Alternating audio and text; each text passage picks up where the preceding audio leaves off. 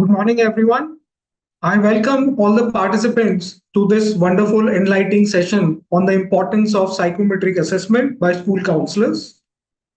All the stakeholders, teachers, principals, school counselors are welcome to join this session. We have already shared the link on the registration page. I request you to share with others. Today, we gathered to explore the transformative power of psychometric assessments in shaping the future of our students. This session would not have been possible without the leadership and guidance of Honorable Secretary Himanshu Gupta sir. Under his leadership, CBSE has organized a series of sessions on career counseling and assessment. And I would really like to thank Mrs. Neeti Shankar Sharma, Deputy Secretary, Media and PR. Let me give stage to Neeti ma'am to share her motivational words with the participants and to encourage them to gain a lot of insights from the session that we have today. Thank you, Gaurav. Thank you so much. And good morning, everyone, all the principals, counselors, teachers, and all the stakeholders who have been part of this particular session. This is the second session in the series. We had a session yesterday, and now we are continuing with our session today with our esteemed resource person, Mr. Rahul Nair. I think Gaurav would elaborate his, profile in the sense, because for me, if I'll start talking about his, what I say, brief about what all he's doing or what all he has done so far, I'll just take another 5 minutes. So I'll just come down straight away to the importance of psychometric assessments by school counselors, which is a topic for today. Psychometric assessments offer numerous benefits that can transform our approach to student development. Firstly, they enable personalized education strategies by providing a comprehensive understanding of each student's strengths and areas of improvement.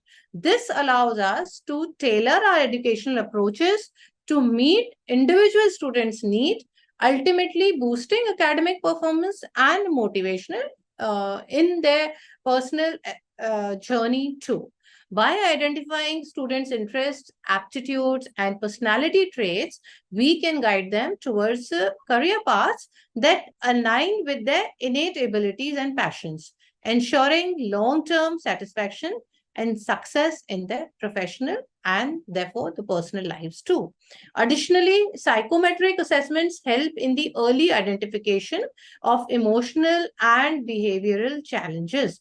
Detecting these issues early allows us to implement timely interventions, supporting students' mental health and well-being.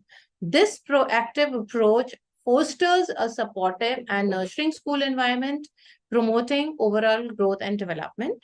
We encourage you all to engage fully in today's session, absorb the insights shared, and apply these valuable tools to better support our students' development and their success. Let's work together to equip ourselves with skills to guide our students towards fulfilling their professional and personal goals.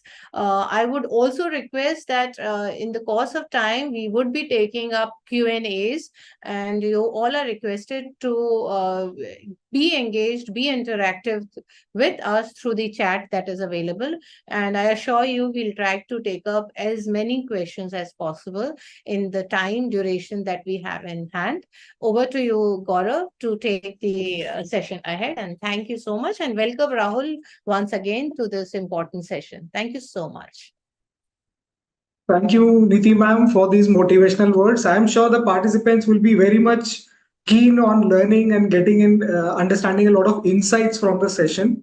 So we encourage all the participants to fully engage in the session, absorb the knowledge which is shared, ask questions in the chat box. You can leave your comments in the live stream itself. We will be going through, we have a team dedicated who will go through each and every comment and chat which is shared. The questions will be picked up by me. I'll share the questions with our speaker, who's a wonderful person. You will just get to know him in a minute. Now, let me give you a brief idea about the flow of the session. So before the end of the session, we will also share a feedback form link on the registration page. All the participants are required to fill in the feedback form, because filling the feedback form will enable you to receive the participation certificate that will be uploaded on 28th of June. The link for downloading the certificate is already shared in the circular. It is also available on the registration page. We will repeat the information again at the end of the session so that the process goes very smooth. You attend the session, gain the knowledge, ask questions, fill in your feedback. We can get your feedback, conduct more sessions, improve ourselves during the sessions, and also give you a certificate which you can download and keep with you. So let's embark on this journey of learning and growing together.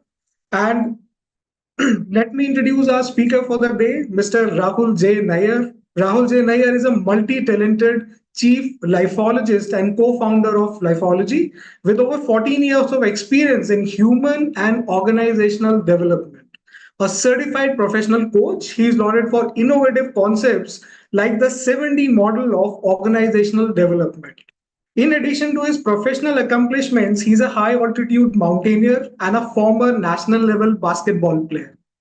He has been a tremendous success in different facets of life. That's why CBSE has highly recommended Rahul sir to be a part of the session and to guide all the teachers and counselors and principals, motivate them to understand how deep this process of counseling goes, how it can benefit the students. Mr. Nair has a very strong media presence as well. Many of you would have already seen him either on Doordarshan's Samvadam. He frequently appears on national televisions for discussions, and he is a grandmaster to the Hindu Spelling Bee contest. His versatility makes him a leading figure in both personal and professional advanced sectors. So, without wasting any more time, let me introduce Shri Rahul Nair. Sir, over to you. Participants are eagerly waiting to hear you. Thank you, Karo. Thank you very much for your lovely introduction. And my sincere most thanks to the CBSE, especially to Nidhi Shankar Madam. Actually, we were working for the last year, we were together for the National Guidance Festival. And the association with me and CBSE is something great. Well, today I'm both challenged and excited. My challenge is that, I have only 1.5 hours to 2 hours to explain to you about a topic which requires at least 2 to 3 years of learning in depth. So I'm not so sure how well I'll be able to deliver the same in that aspect. But however, when I was discussing the same thing with CBSE, and CBSE was telling that do not go much deeper into the academic nitty-gritties or the minor things and no more intellectual acrobatism. So let's go for the very straight and very simple one. And I'll try my level best to make it very simple. I'm excited because I could see the number of people who are watching me. Is around 4,000, 5,000 people are watching right now. I think the number will increase. So that will give me an extra heart throb. So just, one thing which I have certain things is that, so if you can park your questions at the last, then I'll be able to take that question at the end. So Gaurav's team would be definitely screening a couple of questions, and I'll try my level best to make it as simple as possible, right?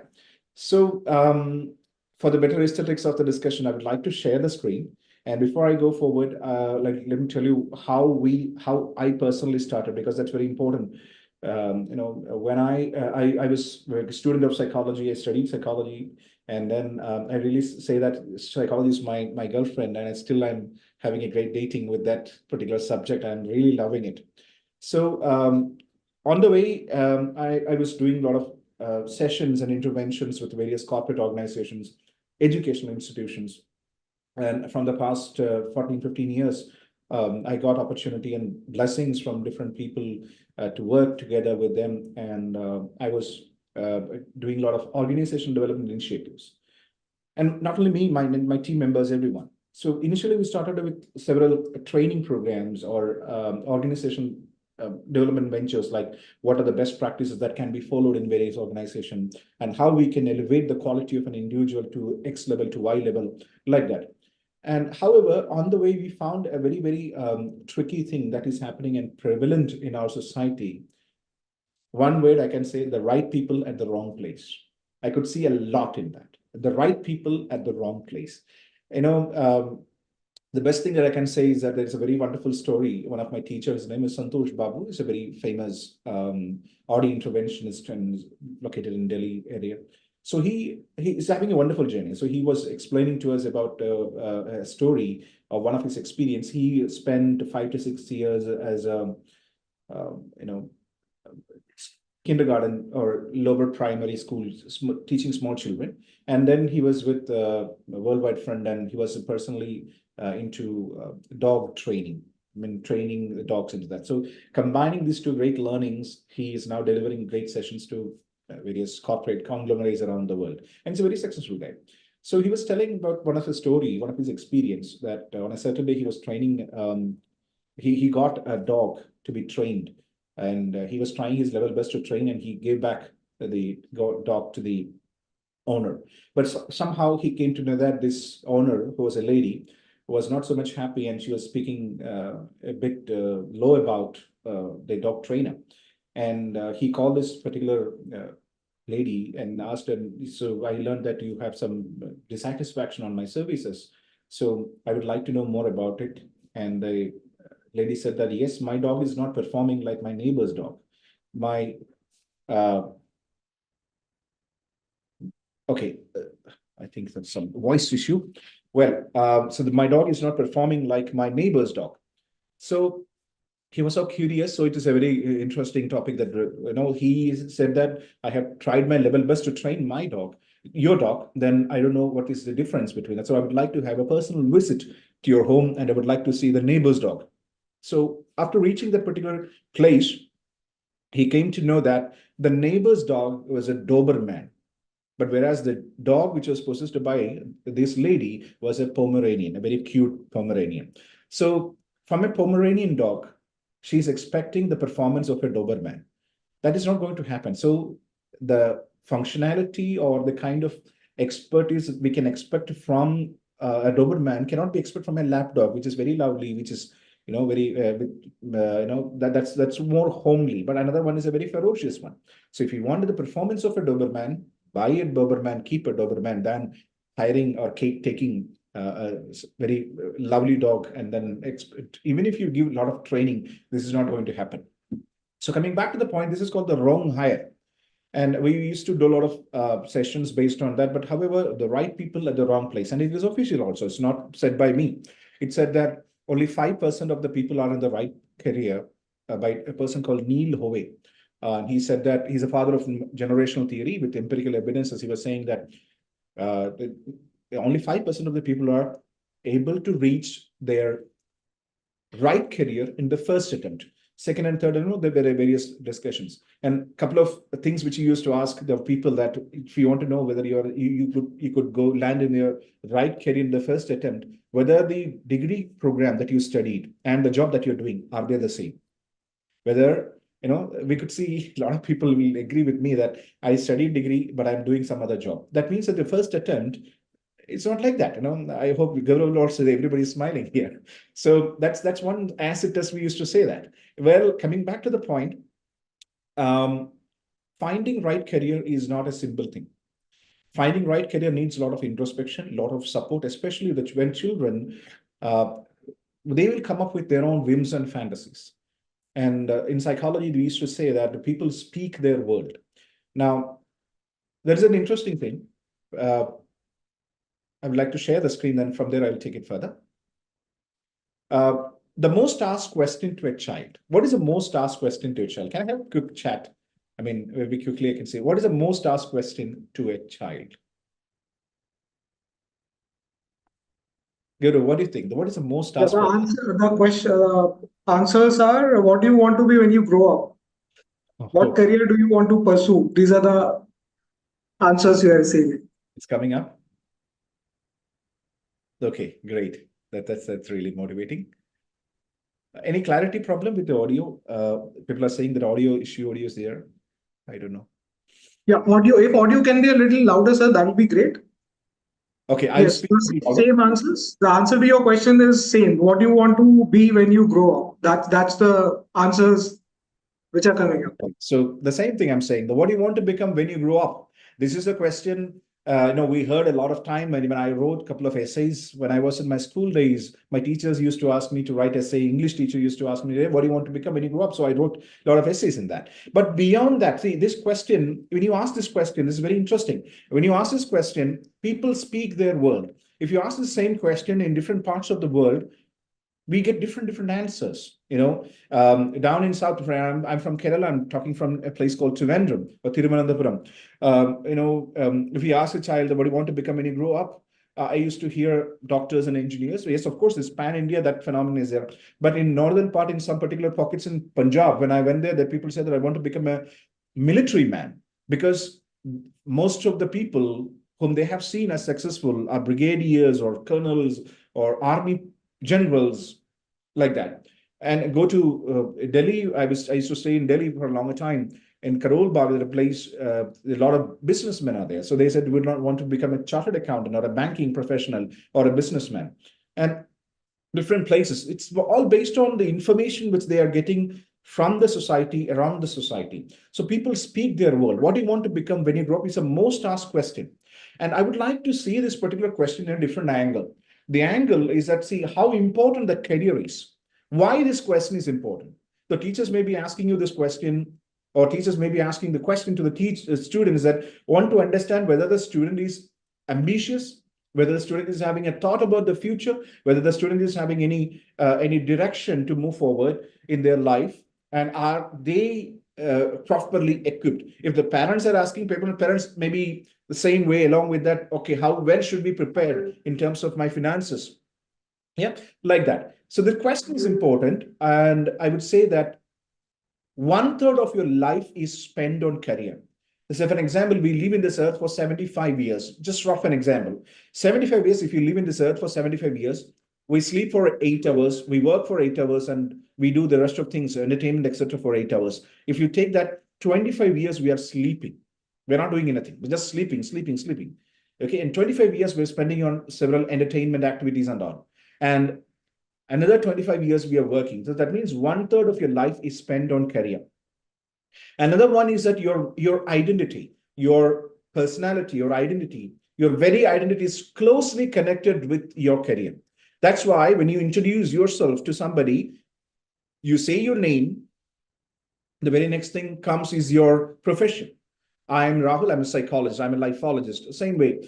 It may be the title of your job, or it may be the career that you do. I'm a doctor, and or I'm a deputy secretary, like that. Okay. So these kind of words are closely connected with your career. So career makes the identity of an individual, and also success in one's career largely impacts the feeling of achievement and satisfaction in life. That much important. I get satisfaction when I get certain promotion, or I get a salary increment, or I get a new achievement or an award from my organization based on my career, or I'm getting from some source. So largely you can say career itself is life. Career itself is life. That's why we put this very word lifology for our organization. Life is, we cannot move away. We cannot just forget. Okay, we can say so many philosophies, etc., related to that. Okay, life is balance and all. However, I am convinced, or we firmly believe, without career there is no life, and life itself is career, or career is having a major role is in our career. And however, and this is a very interesting thing, how people select their career these days. So maybe I can have a quick discussion. Gaurav, how did you select your career? Sir, I basically closed my eyes and just walked through, because I can completely relate to what you're saying. Uh, I just landed up somewhere because I was not able to make informed decisions when I should have made them, because at that time not much information was available, proper counseling wasn't available. We were not even aware whether the counseling is there, and it was mostly impacted by the people around me. My father is a doctor, so people just, I used to hear it all the time that doctor ka beta hai to doctor hi banega. So I thought, okay, let's pursue bio, but that was not my forte. Then some friends or some uncles or some other family friends had a different option, so I went in that direction. But I also took a very long time to actually identify and find out what I actually want to do, and then finally I landed up where I am. Okay. See, Gaurav, don't worry, you're not the only one. Empirically proved that you're not the only one who made such kind of initial slips, or can say. So how people generally, maybe from different advices, or one of the most dangerous people from our profession is we found is that the uncles next door, very dangerous. So they will come, they will speak all these things. Anyway, coming back to this point, these are some of the mistakes generally people commit while selecting their career. Number one, following the trend, blindly following the trend. No, trend is temporary. Trend, we don't know how long the trend will last. If you look back, maybe or 10 years before, the career which was booming is not into any great position right now these days, like doctors, engineers. Now these days we have a lot of engineers, and finding quality engineers, and this quality engineers, the engineers, they are forced to do many other additional certifications to work in the organizations. So engineering is like that, and definitely it's a all market demand and supply equation. And then second one is the location institution bias. I will study only from this place, or I would like to. Very interestingly, when we do the career counseling programs, and some of them will come in as that, or we ask, what do you want to do? We want to go to Germany, or we want to go to UK. Okay, then yes. And what career would you like to take? No, go to Germany. So Germany is a country, but what are you going to do in Germany? No, something good in Germany. So they don't have an idea, because only just thinking about a promised land. Just go there blindly. Location and institution, or it can say geographical biases are some of other things. Then modeling others, blindly modeling others, and then advices from the wrong sources, and glamour, just following the glamour elements. These are not going to help us, any of these things. And there are many other things as well.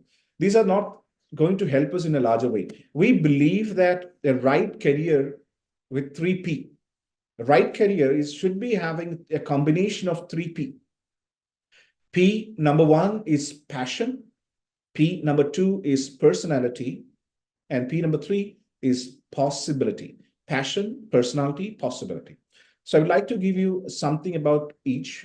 First of all, when it comes to the passion, this is a very tough thing to identify. It needs a lot of intervention, it needs a lot of introspection. And when it comes to children, the career coaches plays a vital role in it. If you ask somebody, what is your passion, they will be speaking from their stories or from their whims and fantasies. On a certain day, when we were doing a set of career counseling with a child, he was saying that he would like to become symbolologist or symbolist.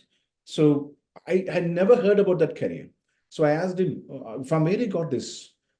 And the Dan Brown. Okay, what is the connection with the Dan Brown and this? In Dan Brown's novels, there is a character, and this character, who is a hero, is interpreting various symbols and delivering a lot of lectures, and he's the key person in that particular movie. So he would like to become a symbolologist or symbolist. So interesting one, to become a symbolist, yes. Research and what exactly it is, and should start with history, and then you should love history, applied history in various levels. And it's not that easy. It cannot be considered as a big career, or it's very rarely, a very less number of people are into that particular career. Same way, when some kid says that it is my passion, or when we also say we don't know, to a large extent, if you're not in a position to deeply introspect, we cannot find out what is our exact passion. Deeply, if you want to say something as passion, this is some good idea that I received from my teacher, Mr. Peter Reading, one of the key player in the International Coach Federation. When we are discussing, I asked him, what is exactly passion? What can we call it as passion? So in order to call something as passion, three things should be, again, qualified. Part one is that if you want to say something as passion, it should be natural to you. Nobody should force you to do that. It should be natural. Naturally, you should be a communicator. Naturally, you are a person who thinks out of the box. Naturally, you are very keen on numbers. Naturally, the first word is natural. And the second one is that when you do something, you should feel timelessness in when you do. I should not be looking at the watches. Yes, of course, I have to look at the watch right now because time bounds are there. However, so I should not be looking at the watch all the time. I'm doing this. Okay, the time is going to end. There will be a stage that you will be forgetting about the time, the very element of time. I'm fully involved, you can say, fully involved. I'm totally into that. And natural, and next one is the timelessness. I am feeling timelessness. I don't bother about the time, and I don't care about this. I'll be into a different realm totally. And the third one is euphoria. Generally in psychology, we say that euphoria will be experienced when you're a small child. But again, highest level of satisfaction is the word we can use over here. So it should be natural to you. You should feel timelessness when you do that. And also you should feel a high level of satisfaction. Then you can say a great level of passion is involved in that particular thing. Whether there's only one passion or multiple passion, people can have more passion. But if you want to take something as a career, then you can consider this as one of the leg. I will not say that's the all. Follow your passion, follow your passion. Well, I used to say to my coaches, my people, when I go training, see, passion is a word which can misguide you. The passion is a word which you can definitely use it as a great tool or instrument to explore more and motivate the child or the client to move forward. Yes, but do not emphasize more on one dimension, which is passion, because the another one is the possibility part. Possibility means, see, I am passionate about something, but that the possibility or the opportunities are not present in the society. What will happen then? I'll be always thinking about my passion. I'll long on and long on and long, and the time will move on. Then I will not be able to be successful in my profession. And so many things I'll be losing on the way, my age, my health, etc. So passion, yes, you can definitely respect that. And you should keep in your mind, if you can find out the passion, well and good, or some, not one passion, there will be multiple passions in my opinion. Possibilities is largely, for example, I want to become a petroleum engineer. So simple, we are in India. So I want to become a successful petroleum engineering. I like petroleum engineering. Even from the childhood, when I studied organic chemistry or petroleum related sciences in my school days, I was totally fascinated, and I'm very much interested to know about the internal combustion engines and all. I have great passion towards petroleum engineering, and I'm liking it. Yes, you can definitely. There are a lot of kids like that. We have seen that. But in order to become a successful professional in petroleum sciences, petroleum engineering, if you want to work somewhere, unfortunately in India, we don't have much petroleum rigs or such facilities. Definitely you have to migrate from this place, or you have to go there. The word migration is not a permanent one, a temporary. You can go there, you can work. So geographical possibilities may not be there in that. Then legal possibilities. Some of the country may not allow other citizens to perform several jobs. I want to become an army man in US. No, I don't think so, because I should be citizen for most to become an army professional. I can be consultant. Such kind of things are existing, but I don't think so. So that's the legal possibility problems. And like that, so many possibility issues are. Maybe my finances may not be allowing me to do my cultural thing. I still remember we were doing a training, a coaching program for a child, and the family was also involved. When we are discussing that the ideal career for this child is this, I don't want to name that. And then immediately family said that according to our culture, and since we are from this family, we don't entertain that profession. But though the child likes it, child is having a passion towards that. Yes, there are possibility in many other dimension. And the third leg, which is personality, was also in line. But however, the family said that culturally, we don't want anyone with that profession in our things. We have to respect that. I mean, those are the realities. If you can, convince the other people, and then if you can win over that, it's fine. But otherwise, those are so many, like, values are there. Geographical possibility problems, financial, and sometimes my academic performances, my academic marks may not be, my physical ability. Like if you want to become a pilot, if you want to become a pilot, your physical abilities are also demanded. Your length of your leg is also a parameter. If you have a longer leg, I don't think, when it comes to chopper and all, I learned it from one of my brother who is a pilot. He said that there are a lot of parameters, your eyesight. So the physical ability is also demanded, right? So the possibility will come in that aspect. And resources is also part of the possibility part. And the third one is the personality. This is a very, very interesting thing. And based on this, we'll be taking the session forward. Personality. Now, here, every profession or every career, while performing, this is the key, two things are there. This is from the study of Dr. Meredith Belbin. In 1964, there's a very fantastic instrument called Belbin inventory, Belbin assessment. He said that in order to perform a job, a person should be possessing two things. Number one, we call this the functional ability. The functional ability. Now, very simply, I will take, we are all familiar with accounting practices. We are all familiar with banking. Now, at least once in our lifetime, we have gone to the banks. So let's take the functional ability. Functional ability means, in a simple words, you can say the knowledge and skill required to perform a job is called functional ability, to function in that particular career. So in banking, you should be having enough knowledge about the practices of banking, how to treat a check, which is check. I mean, on a daily basis, in the operational level, somebody submitting a check. What is the treatment that you have to do in that? What should be the debit? What should be the credit? What should be the expenses? And like that. And then the skill to do that, the counting, or maybe subtracting, or maybe finding a X percentage from that. That's also part of the skill. And largely, the functional abilities are supplemented or trained by, it start from the school onwards, frankly. School, we are getting mathematics lessons. It will lay down the foundation for the future. So the banking, various treatments happening, rules and regulations, the knowledge part, and also the skill, how to deal with these people. I'm not talking about the customer relations, that kind of skill, not the soft skill part, the skill to do that particular job. Okay, the knowledge and skill combined will be called as a functional ability. Now, there is another interesting thing, which I believe it's one of the key factor to say something connected with the personality, which is we call it as a behavioral ability. The behavioral ability is that, every profession or every career demands several behavioral ability from an individual who is performing that. Now, coming back to the banking, what is banking? Banking, you're not supposed to take risk. The word risk, I'm not talking about the superficial risk. So you cannot put a debit into credit into debit. You have to follow the rules and regulations. And a person should be having a flair to sit down somewhere and work. It's a consistent work.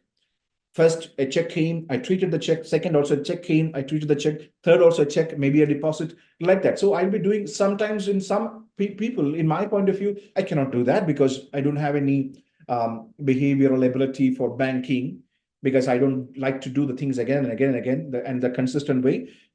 So a person who is performing that particular job, banking, should be having an ability to follow the rules and regulations, do not take much risk on that, follow a consistent way of doing things, and respect the rules, regulations, and so many things. And if I don't have that particular behavioral ability in what I do, I feel one thing. There's a very interesting movie called Kung Fu Panda. I don't know how many of you have seen that particular movie, Kung Fu Panda. It's a very interesting, very, very interesting scene, which I used to speak to the people. This Kung Fu Panda, you watch it. I mean, the people who haven't seen that, please watch it. There is a scene that the hero is compared with 5 great warriors in the particular school. It's a karate school and kind of things. And then in the night, when he returns after a day which was a failure, or totally he failed in everything, and he felt very much disappointed. He's coming back to the dormitory where they stay, and he's talking to some of his friends and said, I don't belong here. The word is like that, I don't belong here. So the word belong here is that when you do something which you don't like, you'll always be feeling inside that I don't belong here. This is not the way which I'm supposed to live. This is not where I have to be here. No, I should be into something meaningful than this, something where I can find more happiness, meaningful happiness, and then I should be feeling a purpose in it. The third leg, purpose. And the fourth one is also important, because when it is a meaningful career, it's called financial security. Financial security, purpose, meaningfulness, and happiness.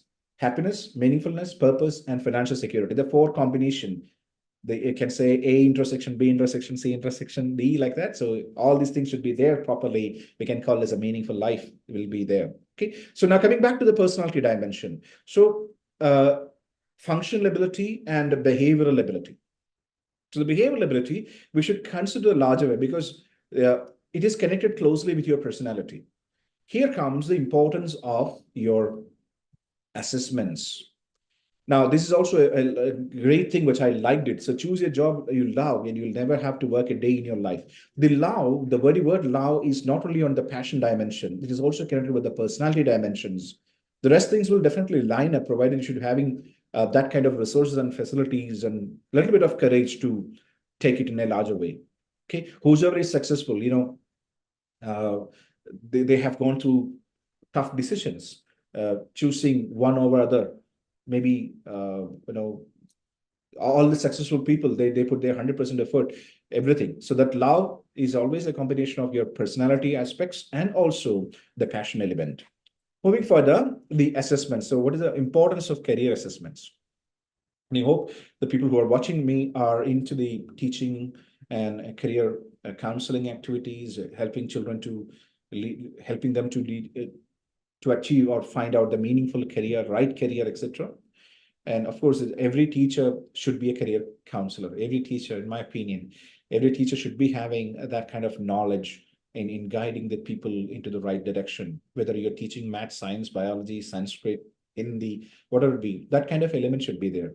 And primarily, element of counseling is also required. So today, from here onwards, I would like to take this session on the importance of assessment, especially on the psychometric career assessment.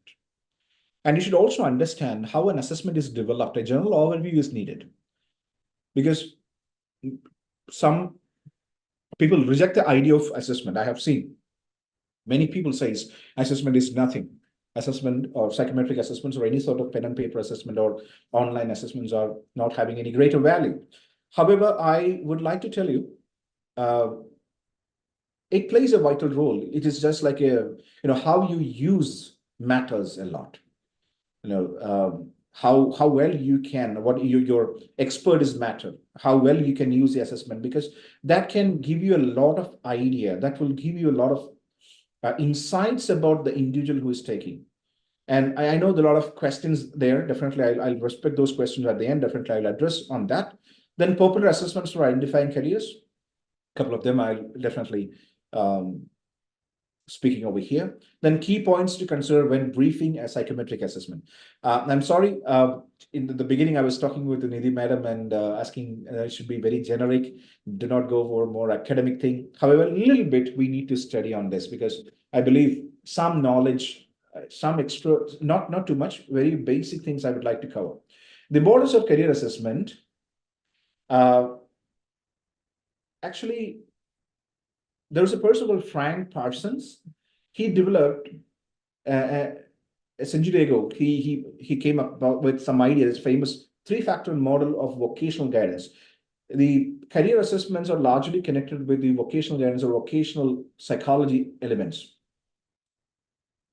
And first, we need to consider the knowledge, who I am. The self-knowledge is element number one. I should understand what are my capabilities, what are my capacities, what are my various abilities, skills, capability, capacity, mindset, where I am right now, my self-awareness, you can say. So self-knowledge.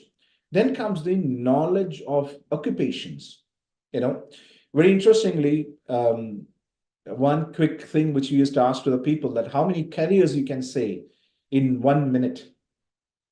Okay, very less number of people could cross more than 30. I'm not talking about the title. I'm not talking about the title. Like medical science is one career. Doctor is one career. Can say doctor is one career. Nurse is one career. I know very quickly,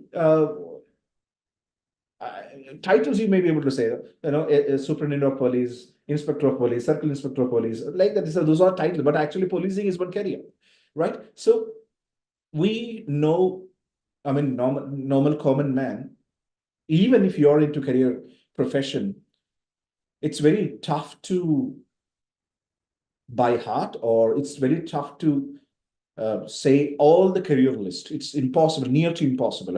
I must say impossible itself. I have almost 10 years of experience in this field. Even if you ask me about some career, I have to refer, because nothing wrong in referring than saying wrong guidance or giving wrong guidance to the individual. So definitely go and refer. See, one fact is true. Knowledge of occupations are very less. Now, I'll ask you a quick question. Do you know there is a course? How many of you know there is a course called the Master of Football Technology? Master of Football Technology. There's a course. There's a program. I, for one, have never heard about any such course, and I'm surprised that there is any course which is named like that. You can search So, in the Google. requesting you to be a little louder if possible. Okay, I'm trying my level best. I don't know. Maybe I should take Better now, sir. Much better. Now it's better. if you can. Oh, yeah. So the Master of Football Technology is a program which is given largely, the University of Barca is providing that. You can Google and you can find out Masters in Football Technology. There are different names for that. But however, Masters in Football Sciences, Master of Football Technology, these things are there. This is Master of Football Technology. If you study that, they are teaching you the in and out of how to give a better experience for the spectators, how to conduct a football competition. And just like cricket in our country, in India, football is very popular in Europe or in many parts of it. Maybe I think in terms of number of fans around the world, football stands first. So that's an industry. So they will teach you how to give better experience for spectators, players, referees, the association, channels, and so many things are there. There are a lot of things to study. So, and in connection with the Barca, there's a club in Europe. So University of Barca is providing like it's many Master of Football Technology. So we know little. I'm not going to say that particular thing. And Bachelors in Water Governance, another program which is not so much popular. There are many programs are coming because the world is changing. We say it as a great career crisis, the great career crisis, because some of the careers are moving away from the globe. 10 years before, one quick example, I say stenographer. Stenographer was a popular one way back in 1970s or 60s or 80s. Now the old model of stenography is not there anymore.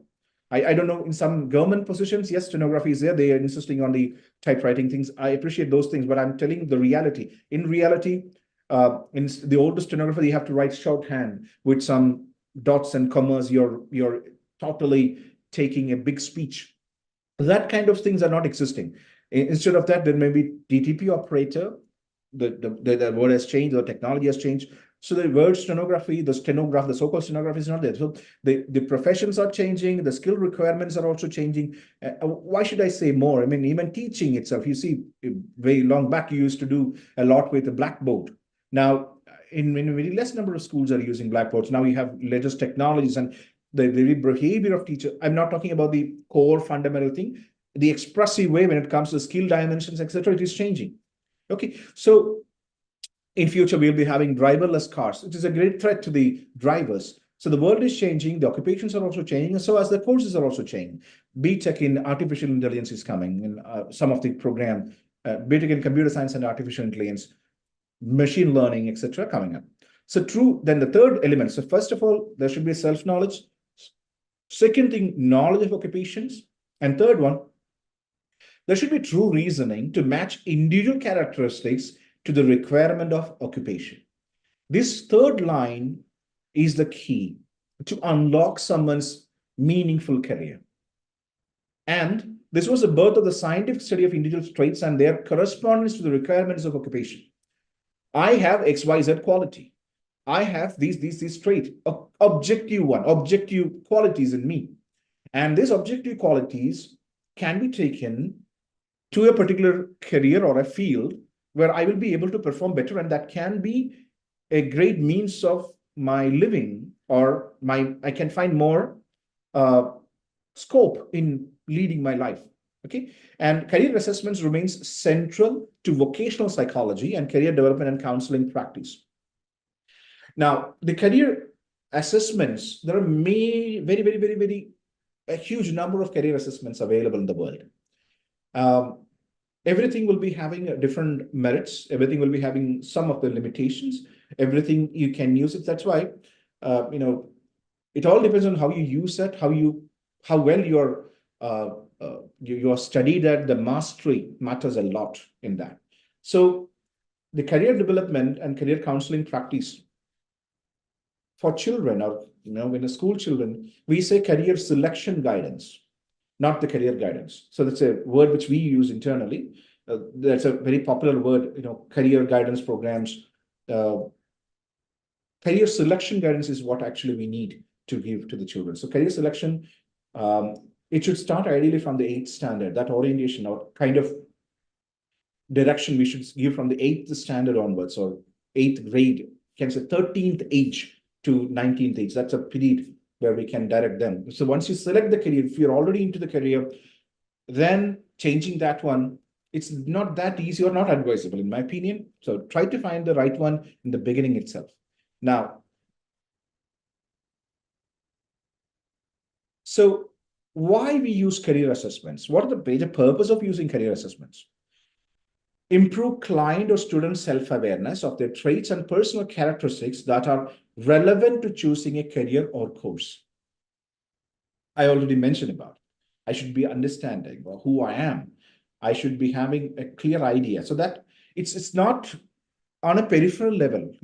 That's the important thing, which that's the important part which the career counselor should play. It's not by just simply saying that you're good for that. The client should be convinced enough. Otherwise, they will not be, my teacher told me to go, that is, I'm half convinced or not convinced. They're pushing me into that. No, they should be convinced. So when you use the assessments, use in the best way to convince the person that these are your personal traits and characteristics. And these characteristics and qualities, or the skill set, the mindset, or the capacity, capability are required for these kind of careers, and it may be suiting you. Then it can assist the clients and students to make good career decision. Then, of course, it can promote the career development growth. So the career assessments can be used for awareness, helping the client to make good career decision, and also to promote the career development growth program. And it support career coaches to assess the client or student career development needs, design career interventions. So what kind of skills that you have to imbibe before you take this particular career? What are the various skill set that you need to upgrade in you, which currently it is at 1, 2, 3, but you need to scale it up to 4, 5, 6. So you need to go through these kind of training programs, and then again you need to learn about this particular career. You should be improve these kind of your competencies, etc. Then also it will definitely help to evaluate the effectiveness of career intervention. The word career intervention means helping somebody to design their career. So now these days, the career designing is a word which is largely discussed in the career practitioners around the world. The career design, we are not just simply telling someone career selection or career guidance, career design. It's not a single point of fact. It's a journey. It's a continuous one. So once I enter into that, what's next, like that. So that guidance should be also be incorporated as part and parcel of the same. Now, examples of what we can assess. So when it comes to the personality, as I said, passion and possibility is to be considered, but the scope of psychometric assessments are largely to assess certain content of career choices and the process of career development. Interest. What are various interests? What are the various kinds of interests you have? And that will help to connect with the career adaptability. My career adaptability, my interest, whether I can adapt to those careers, the environment or the kind of returns that I would like to have from that particular career. Then comes to the aptitudes. The word is career maturity, connecting with that. Aptitudes, you can say the various skill sets in a larger way. Then values, the career thoughts and beliefs. My value, I would like to follow several values, and I would like to see those values in the profession that I do. The career thoughts and beliefs will be closely connected with that. Then comes the personality dimensions, readiness for career problem solving and decision making. There comes the importance of personality, the problems in the career problem solving and decision making largely. Then comes the skills, career self-efficacy, then career decision status, certainty or indecision kind of things. We can assess definitely through psychometric assessments these dimensions, these elements, from employing a good psychometric assessment with a client. And there are largely two kinds of career assessment, psychometric assessment. One is quantitative, just like the word psychometric, measurement of the mind, you can say in a simple way. Certain aspects, we are quantifying certain qualitative activity. So traditional career assessments are there. Then psychological tests that produces scores that reflect the quantity of what is being measured. Example, strength of interest in an area. Psychology is being a soft science. You cannot quantify something just like how you quantify something in physics or chemistry. However, these are all, we can say largely, I can say orientations. That's a nice word which we use, or which I generally use, the orientation. Your orientation towards certain area or certain things are there. My strength. And compared to relevant norm group, again, a little technical, but main. And when it comes to the qualitative aspect largely non-traditional. Career assessment that elicit client or student stories. Holistic view of the client student context that may influence their career decision making. And the main focus today is quantitative career assessment. Today we'll be discussing, and also discuss psychologists that have been psychometrically validated and focus on the content of career choices. Now, how the career assessments are developed. Please understand this. You can use any assessment. It's all up to you. It's all your freedom. In my opinion, or that's the right way. Follow a great career psychometric assessment, which has gone through the proper cycle of development. We can easily make a checklist, or we can quickly, from our experience, putting some questionnaire, asking people, and then come to a conclusion. First of all, this instrument is helping someone to find their life. This instrument that we are using and employing is trying to help that individual in selecting their life. So it should be, or it must be, in my opinion, a proper career assessment. The proper means that we'll see in detail. So it's largely in every properly made psychometric assessment will be having a strong career development theory. And that theory describes an aspect of vocational behavior from the theory of career development. For example, many career tests measures career interest as a construct. Interest can be defined as a person's pattern of likes and dislikes in relation to various activities. I like doing these kind of things. Yes, we can count it, but on a scale, there are many methods. Out of 1 to 5 or 1 to 10, I like doing mathematics. This is one of the questions that we ask. I like doing mathematics. I'm not saying that I'm good in mathematics, rather this is a various way of construction. I like doing mathematics. Out of 5, where do I stand? 1 to 5. So 1 means the lowest, 5 means the highest. Generally, we don't put the other way around, only very, okay, the methods are different methods are there. So there it is counted. If I say 3, the 3 will be taken out for several treatment thereafter. So a person's pattern of likes and dislikes in relation to various activities. So we will be connecting like that. So starting with the various career development theory, then comes create an item pool that represents a sample of behavior related to the construct from which predictions about other behavior can be made. For an example, tick the activities you enjoy: repairing cars, studying motor mechanics, work on cars or motorcycles. We would predict that a person who ticked all 3 behaviors may possibly be interested in a job as an automotive technician. I'm just giving you an example. Okay, we don't ask this kind of question. I'm just giving you a simple answer, simple question, these items. If somebody's saying that I like doing repairing cars,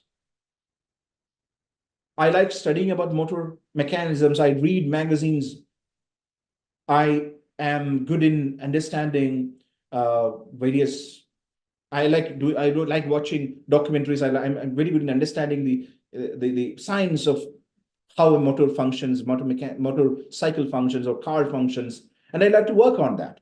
So it can be, I will say that possibly we could predict, possibly, the word is again possibly there is a chance that this person can be an automotive technician, right? So then first with the theory, then we should be making the items, and these items should go through some rigorous psychometric research evaluation that includes, first we call it as item analysis.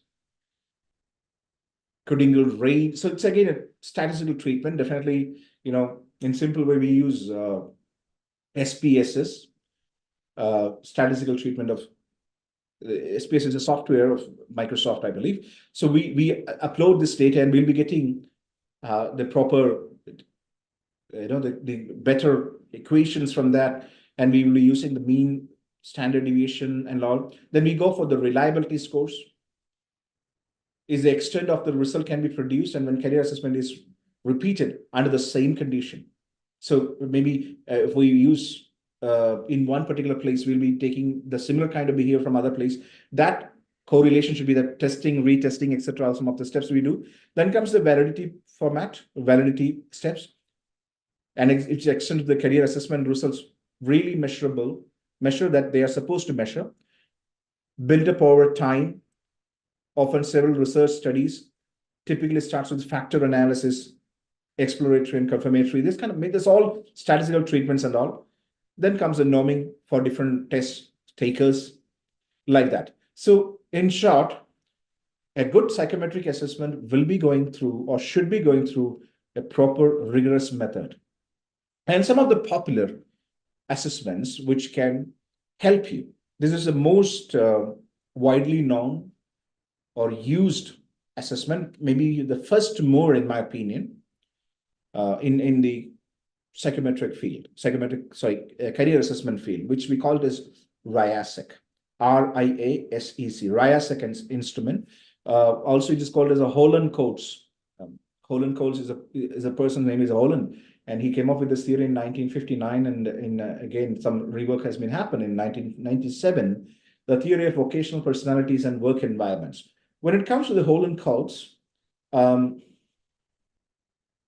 this will, once you go through the assessment, at the end, you'll be getting certain numbers. That numbers will sometimes it will be more in one of these things. We can say the orientation of that individuals to select that particular career would be more. Realistic jobs. The realistic job means some maybe which is connected with banking or more structured way of doing things, etc. will be involved in the realistic job kind of category. Next comes the investigative. Third is artistic kind of job, social jobs, enterprising, and conventional. It's a pretty good instrument, which is having a huge user base, proven instrument, and one of the first practical user for this particular instrument is OStarNet, which is used by the United States, widely used those days, and still they are using it. And ACT profiling is also part of that. So, and one challenge that I found when you deal with the RIASEC is that the list of jobs are too much. When it takes the realistic, it's a huge list you'll be getting. I think around 300 or 400 would be there in that particular thing. So finding again from that 300 will be challenging for the coach. But however, an active discussion with the client, helping the client to go through each and everything will definitely add a lot of value. So in each heading, there will be 300 or 400 or maybe even more, or some of them are very less, but still that is 100. So selecting from that is a challenge. Otherwise, it's a proven instrument we can definitely employ, and it's relatively a freeware in the internet. It's available. And then another one, which again based on the same thing, RIASEC, but it has gone through different other process based on the trait and factor theory from 1975, incorporating the Holland theory. And it's called the strong interest inventory. It will be connecting you with the general occupation themes, basic interest scales, occupational scales, and personal style scales. So they have different approaches on that. I think a strong interest inventory is also a very old one. In 1975, they came up, and then here, the advantage is, as I mentioned earlier, it is more refined than the RIASEC, the conventional RIASEC. However, the challenge is that when it comes to India, the cultural sensitization is one of the major important things. Culturally, whether it is culturally sensitive, I think strong interest inventory needs a little more deeper, deeper involvement. And I have some challenge, or I have some personal disagreement with that part. And then another one is a very popular one, which is Minnesota Importance Questionnaire, derived from the theory of work adjustments by Doise and Lokis, measures a person's vocational needs and values, which are important specifics of the work personality. Achievements, their ability utilization and achievements, altruism, like with co-workers and the social service, and moral values, comfort, their activity, their independence, variety, compensation, security, and working conditions will be considered over there. Safety, the company policies and practices, supervision and human relations, supervision when it comes to the technical aspects, etc. Status, my advancement, whether the kind of movement, recognitions, authority, social status. Then comes the autonomy, the creativity and responsibility dimensions, Minnesota. It's again not from India. Then this is an instrument, but it's a very famous one called the Myers-Briggs Type Indicator. It came in 1964, based on the theory of Carl Gustav Jung in 1921, based on the thinking, feeling, intuiting, and sensing, then extroversion, introversion, feeling and judging, judging and perception, that kind of things. So this is actually a personality inventory. It is not a career assessment, but some of the people, I've seen many people uses this for career advices, but I will not recommend for children in this one, because just by measuring the personality alone is not going to give you a clean idea or a bit more clear idea on selecting the careers. It should be added with a battery of assessment. In that case, yes, it's fine. In MBTI, at the end, you'll be classified into 14 categories. We can say that types, we say INTJ, like that, INTJ, IF, something like that. Sorry, not IF, INTJ, INF, like that. So that's what. Then it comes up, another one is a differential aptitude test, which is again a popular one, measures the cognitive aptitudes on your verbal ability, numerical aspects, abstract thinking and processing, your spatial awareness or spatial abilities, spatial thinking abilities, and mechanical aspects as well. So that is also widely used. That will give you an idea on various aspects.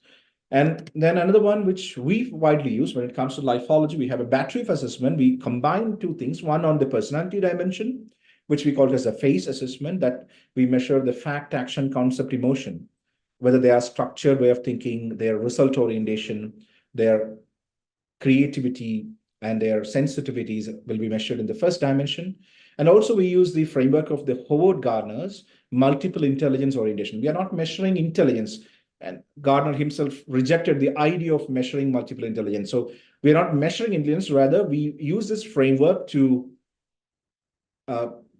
understand their orientation towards various intelligence part, or in fact, it's also connected with skills that we found it with our experience and all. So, which is largely your logical ability, logical and numerical, mathematical and reasoning kind of abilities, linguistic or language, word smartness, we say, kinesthetic or body intelligence, your awareness about the body, etc., visual or spatial, the ability to see things in space and appreciate the color patterns, etc. I'm just giving you some rough idea on this. I cannot go much deeper in that on everything. Then comes the interpersonal, how you deal with the people, the outside world, how you connect with people, how well you can understand the emotions and the other aspects of an individual when you deal with them. Intrapersonal is largely self-awareness, your own instincts, your own gut feelings, etc. What I can do, what I cannot do, etc. And rhythmic sense or musicality or musical sense, etc. And naturalistic is about awareness about the nature, exploring niches and all. And it's a 12 factor. We will be measuring on the 12 factors. And then based on that, the results are further calibrated using base scores or bands derived from data of professionals across various global professions. So we'll be creating certain bands in it. And then at last, it's our point of view. And also, I must say, this is something which I wanted to take it from here. So creates fitment scores rather than a list. We will not be saying that this is the best suitable for you. This is a, no, we say according to your assessment, your fitment, X percent, like 98%, 95%, or you have lesser fitment. That means it's not suitable for you. If you have more than 85 or 90, yes, it is considerable. The more the fitment, more the suitability. The career fitment analysis is derived from that. And this definitely helps the counsel to understand the client's orientation, leading to more meaningful conversation than aid in choosing the right career. But I want to say something now, why we use this career assessment. What is the purpose of using career assessment? The use of career assessment, I'm just stopping the slides for the time being, because this is very, very important. The career assessments should be used for the beginning of conversation, not for the end of conversation. I hope you got it. It's not ending of the conversation. It's only the beginning of conversation. So you have an information about an individual, which is taken from a scientific process, and you have certain numbers in front of you. And based on this, you can definitely have more questions and more interaction with the client. In a simple way, I can say, for an example, you're going to see a doctor. You have fever. Fever is only the symptom. I don't think fever, any doctor will say that fever is a disease. Fever is a symptom of some pathogen or some virus or some bacteria. I don't know. Well, you went to the doctor, and the doctor asked you to take a couple of tests, and you came back with the test after doing it from the lab, and the doctor will be having this list, maybe bilirubin 1.25, or so your hemoglobin is on 12, like that. So you will be having. So after looking this doctor can say whether your health condition is normal or where it is standing. But again, the doctor will use their own instincts and experiences. For example, if you are measuring the hemoglobin content of a mountaineer. Now, I'm into mountaineering, and he explained to me about mountaineering. The hemoglobin content in our blood will be higher than the normal person. Because in mountain, the oxygen level is low. As a result, the hemoglobin produced by the body will be more, and the hemoglobin content will be more. It's true, it is proven. And the BP will be relatively lesser, low BP. We have experienced many times. And also, you have to use your other wisdoms as well. Now, I don't know whether it's right. You heard about a condition in your body called the Gilbert syndrome. Gilbert syndrome is that naturally you'll be having the bilirubin content more than which is actually in the band. 0.8 to 1.2 is the bilirubin content. If it is more than that, we'll be calling it as jaundice. If somebody is having more bilirubin, a normal doctor or somebody, after looking immediately, will be saying that the person will be having jaundice. But the Gilbert syndrome is something that normally this person, it's a syndrome, it's a condition that this person will be having more bilirubin in the body. So it is not affecting their any functions regularly. It may come down, or it will be moving away from the body. But however, there also you have to put your extra thought into that. Are there any chance for Gilbert syndrome? Okay. And then we sometimes follow something we call as a BMI, body mass index. Body mass index is again a mathematical calculation based on your weight and the height.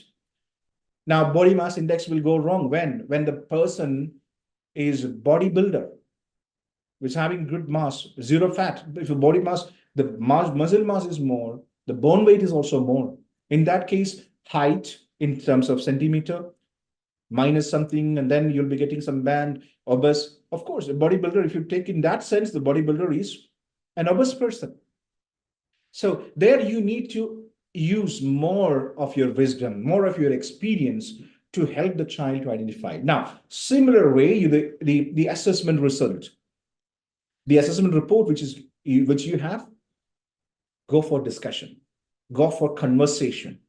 Then coming to a quick conclusion, use this as a key for starting the conversation. And even when I do the program, yes, of course, for the administrative side, we ask them to do the assessment in advance, and we'll be using it everything online. And previously used pen and paper, but later the pen and paper, more clerical activities and spending unnecessary time. And now everything is online and we have the facility. Let us be with the modern day world.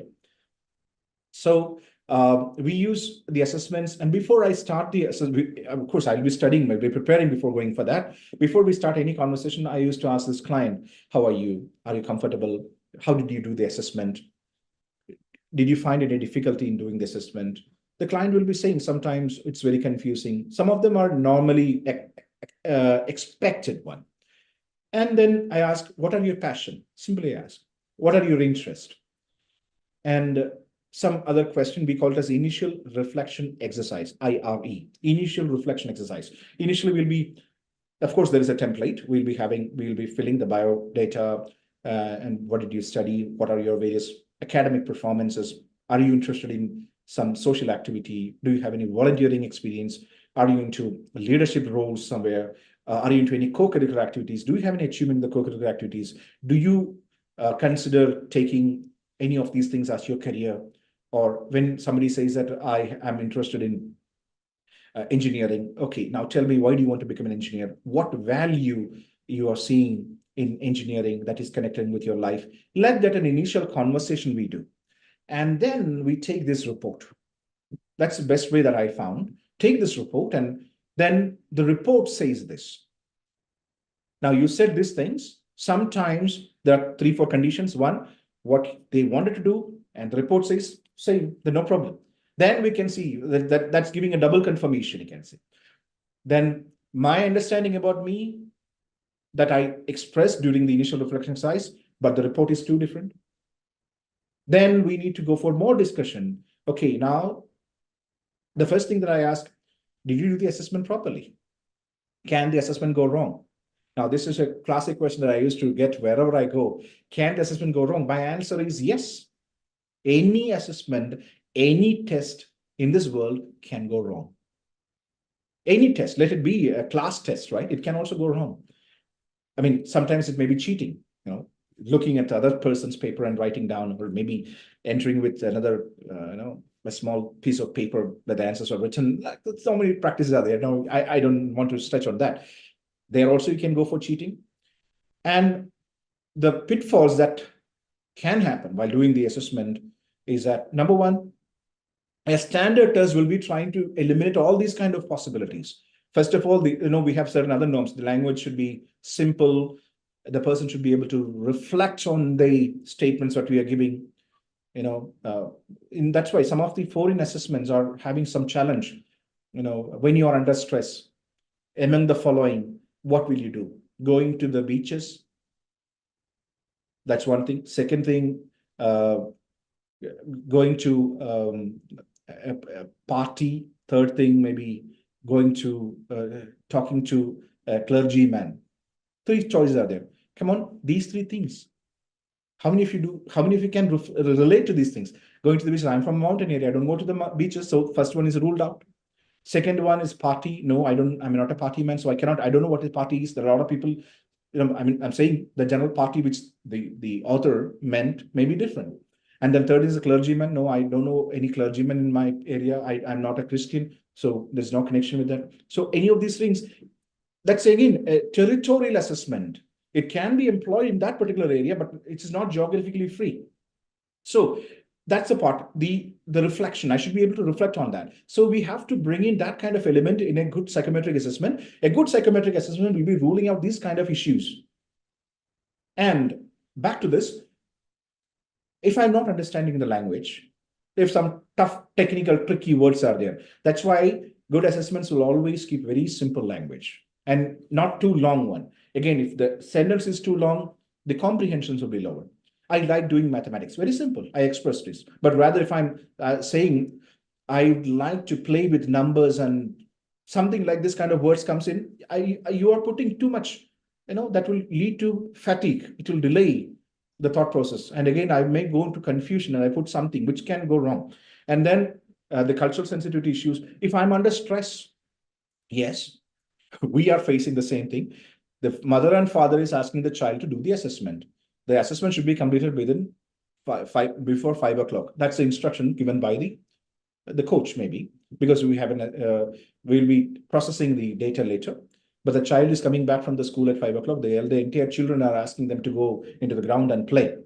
So the boy or girl who is sitting in front of the computer system will be thinking about the ball which is rolling on the ground than on the book, right? So when you're not comfortable, it can affect. So that's why we used to say, do it at a very comfortable time.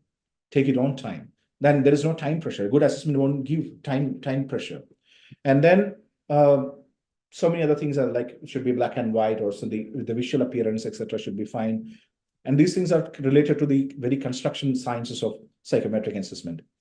And then stress, cultural sensitivity, then yeah, these are some of the things I believe. I don't think I missed the important things. Now, it can go wrong. Now, discuss these things with the client. Now, according to the assessment, it says that you are good for these things. Is it right? And say, yes, it's right. Sometimes no. So what do you think it is no? That why the assessment came like this. This will enable the person to go for more detail and deeper discussion. And the discussion will be, we need to think, it's a deeper introspection will give. So then the briefing will go slowly, the assessment will give, it's an informed decision. It's always advisable to have something. If I don't have a psychometric assessment, yes, still you can give career guidance. There's nothing wrong in it. You can guide the person, but you will be having something more authentic and scientific thing in front of you, which is a proven instrument. And that can give you a lot of idea. So use the psychometric assessment, or use an instrument, a good instrument, a proven instrument. And also fundamentally, you should study deeper aspects of that instrument. I must say, starting from the very construct, how this construct, where the items are coming from, and where is the technical manual for that. If possible, read the technical manual. Try to understand that. Even if you're not from the psychology, of course, the normal technical manuals are designed in such a way to help the analyst, the psychometric analyst, to understand how it is constructed and all. I'm not saying that you should go for the treatments, the various correlations, how it is created. You need not study that, but at least you should study and have confidence in that instrument, whatever the instrument that you're using. So have a stronger understanding and be prepared for surprises. Okay, always be prepared for surprises. And I still remember when we were doing a program in Dubai, there's a girl from Russia, Elena Goncharova, that's what her name. Very, very sweet girl. And she's a specialist in psychometric assessment. It's one of very rarely, because she used to do a lot of psychometric tests online, paying money and doing it online. And eventually what happens is that she came to know that every psychometric assessment is having certain lineage, like certain track. So if I answer like this, the report will be reflecting like this. So she used to do, a very brilliant girl, and her family wanted her to become a doctor or such kind of profession, engineering, technical professions. But she wanted to become an artist because she likes to draw. She draws a lot. Purposefully, she faked it. Now, there's another one. Purposefully, she faked it like, I like doing mathematics. I'm just repeating the same question. So she is good in doing math. She's good in doing mathematics. She likes doing mathematics. She put 1. Automatically, what will happen? Certain professions that are connected with mathematics, that demands the abilities of logical intelligence, that demands the ability which is connected with the numbers, automatically, the report will give you the opposite one. And when it comes to I like drawing. There is no question like that and it's not nice also. And she put 5 for that, or the highest one for that. Again, that's again, the person, if you're not understanding, if not reading the instruction, again, it can go wrong. If 1 is for the low and 5 is for the highest one, the understanding of the very construct of the instrument or doing the assessment, if he's putting 5 for the low and 1 for the high, that will also go wrong. Okay. And this girl, ultimately what she got whatever she needs. And she came for the thing.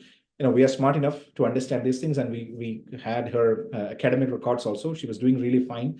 And after a couple of minutes, and she agreed that, yes, I did the assessment wrong because my family is not allowing me to do this, but I'm very passionate on this. Okay, fine, no problem. We'll help you. So we could guide her, and she's now, I think she completed her graduation in artistic things from France. Okay, so helping them, The assessment can be used as a supplementing document. It's not everything, but however, it can definitely play a vital role in doing that. How many minutes we have on this further?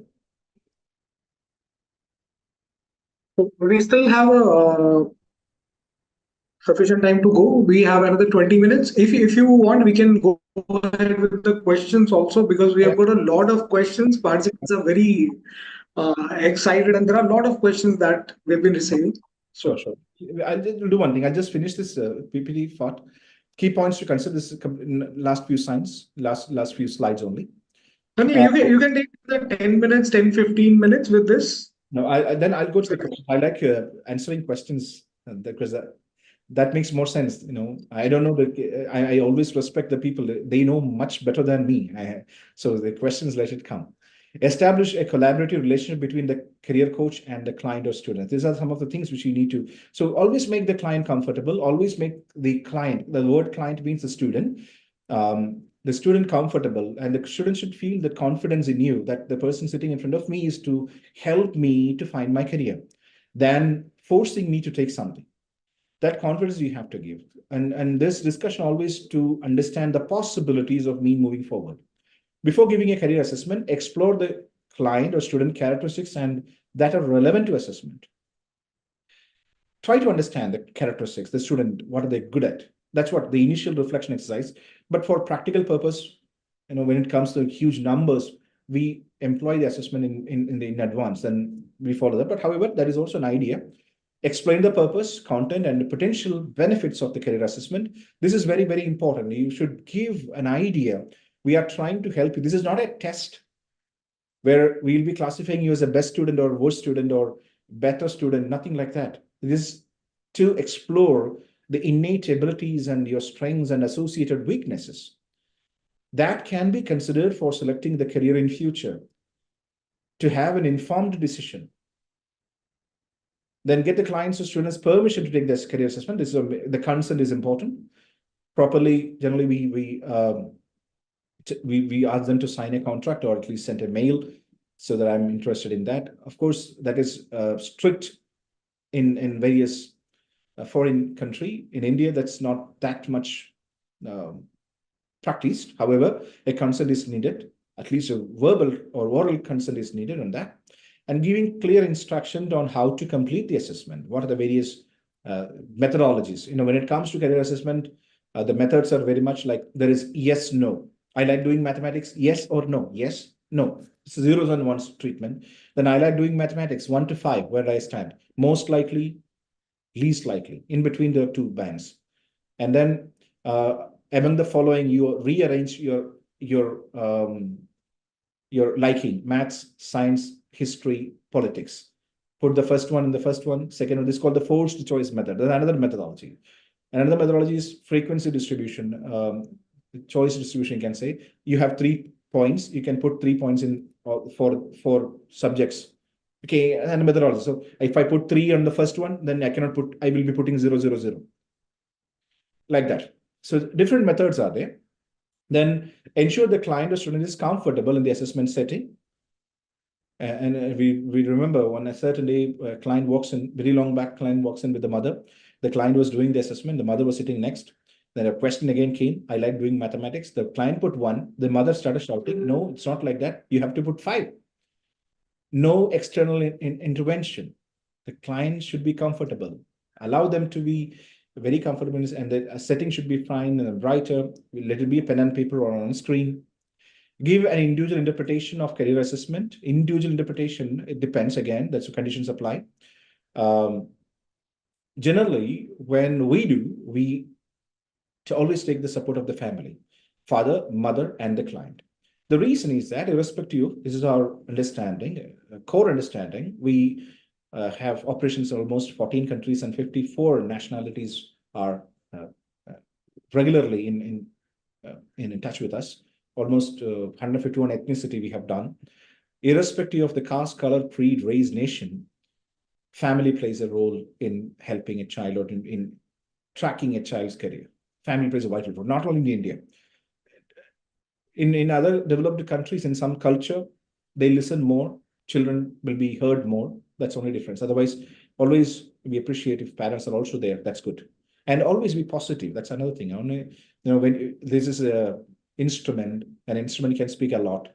We can emphasize more on the weakness part a lot, but that's not going to help us. Let's focus more on the strength. Be a very motivating person when you interpret those things.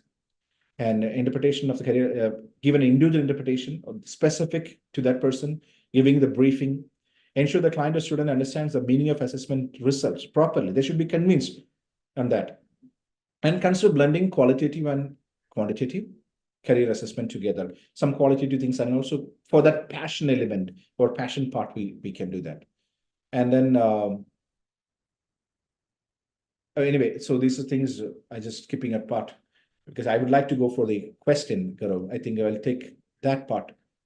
I'd like to do that. Any question? That. It had been a wonderful and such an informative session. There were so many things. I am myself very much interested in the subject, and we have been getting a lot of wonderful comments and in the chat box. Also, everybody is very much excited. And now let me start with the questions because we have a lot of questions that have been asked. So now the first one that we have here is, which is how often should career assessments be conducted during a student's academic journey, and at what stages they are most beneficial? Okay, foremost, when it comes to Q&A, I will allow me to restrain from several questions because whatever I know, I'll definitely speak. But if you ask me about any specific instrument that are not familiar with me, please, I may not be able to answer. However, now coming back to this particular question, what should be the frequency? Well, that again depends on the instrument. Some instruments cannot be repeated that quickly because your memory will operate. Okay. So there are some instruments, like for an example, when it comes to a face assessment, we have face and MIO. When it comes to face assessment is trying to understand various personality orientations of an individual to the core level. And once you interpret the assessment, the person will be knowing when they do it again, okay, this stands for this. Though we don't want that to happen. So we don't entertain the face assessment frequency just like that. Maybe after 2 years, yes, you can. Meanwhile, I'm sure the person will be forgetting that. And again, when you do the test, pre-test, no much difference. Only some milder points will be different. Otherwise, a tsunami should happen in their life, or big turmoils might have happened. So the frequency depends on the construct and based on the very instrument's behavior. But when it comes to the MIO, multiple intelligence, or that can we entertain the repetition. For an example, in my 8th standard, I'll tell you the real case, okay? 8th standard, when I studied mathematics, I'll come back to the point. When I studied mathematics, I was very good up to the 5th standard because there was a beautiful teacher. I was totally liking that teacher. I don't want I would like to be a blue-eyed boy in that teacher's eyes. So I was studying maths very well and I was good in that. But when I entered my 6th standard, the entire medium of instruction changed from my mother tongue. I was into one particular medium, but the medium of instruction changed. I was into English, and the medium instruction in 6th standard only they changed. Then what happened is I lost the motivation in doing that, and moreover, the teacher was not so pro or not that that liking part towards me. So eventually, I started hating that particular subject. So 5th standard, if you ask this question, I like doing mathematics. Yes. 6th standard, I like doing mathematics. No. 7th standard, no. 8th standard, no. 9th standard, partially yes. 10th standard, I got a brilliant teacher back. So some of things, that environment, if the environment factors are influencing directly, such kind of assessments can be repeated. So 10th standard, I like. I scored really well in 10th because of the teacher. I got it back, everything. So they can repeat such kind of instruments, that kind of assessment we can do. Now, when you should do? Ideally, you can start from the 8th standard. You'll be getting an orientation, an idea. And if sometimes some of the parameters may be low, I'll give you a good case study. A person, one of the most successful case study. The boy is from Dubai, actually. I was doing some training program for Emirates Aluminium. That's a big company. And same on these psychometric assessments and all. We have so many other things for adults So we were employing some adult instrument, psychometrics, and it was a lady from India. The mother came to me and said that your instrument is fantastic. I am liking it. Whatever you're saying is exactly my behavior. And I have a request. Can you help my son? So it all started very long back, not this present situation. So yes, I can definitely help you. So we did the assessment. And before that, I asked this boy, what do you want to become? He said, I want to become a robotic science engineer. And I'm interested in studying computers, etc. So we did the assessment. The result came in a very ulta. Okay. So that means he wanted to become robotic science, and then robotic science or even engineering is nowhere in the list. It's a raw form, very long back. Now we have refined it in a very different way, but the results are the same. So the boy was disappointed, and I told him that according to the present condition, you are good for the counseling activities, psychology, community social work. I said, I don't like it at all. And he started crying. And the mother also much worried. And then we stopped it. And they were very much convinced because we are saying the behavior bullseye. The boy is like this, the boy's behaviors are like this. And even we could correlate with his academic performance with the result. That much level of precision was there. The excellent way. The mother, again, after 1 week, called us and said that his boy is very much demotivated. We did it in its ninth standard, very much demotivated.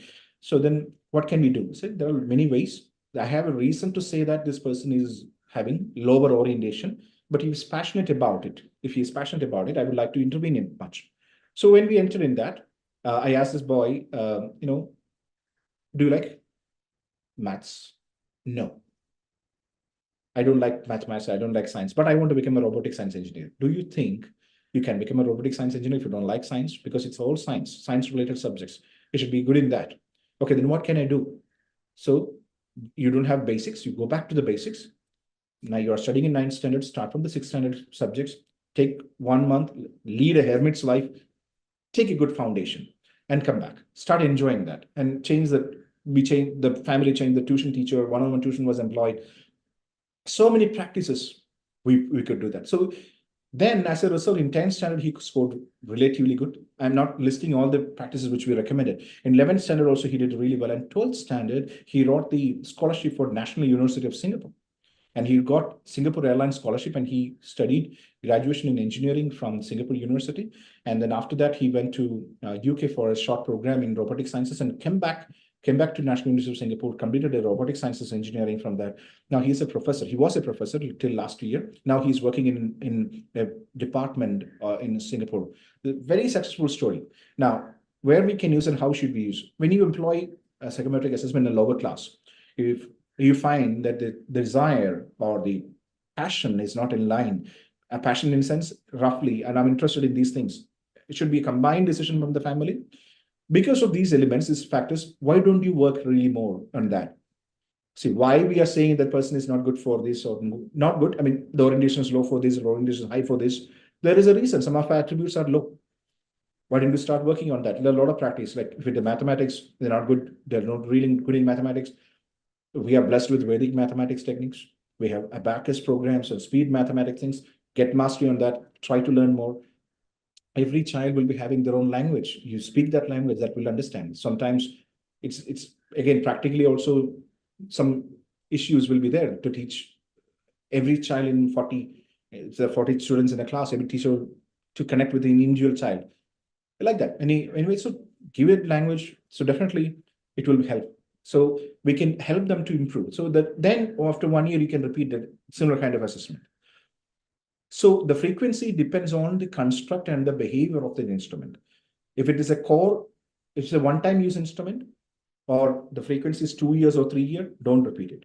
Otherwise, you can use it. When it comes to RIASEC also, I must say, give an interval of 1 year.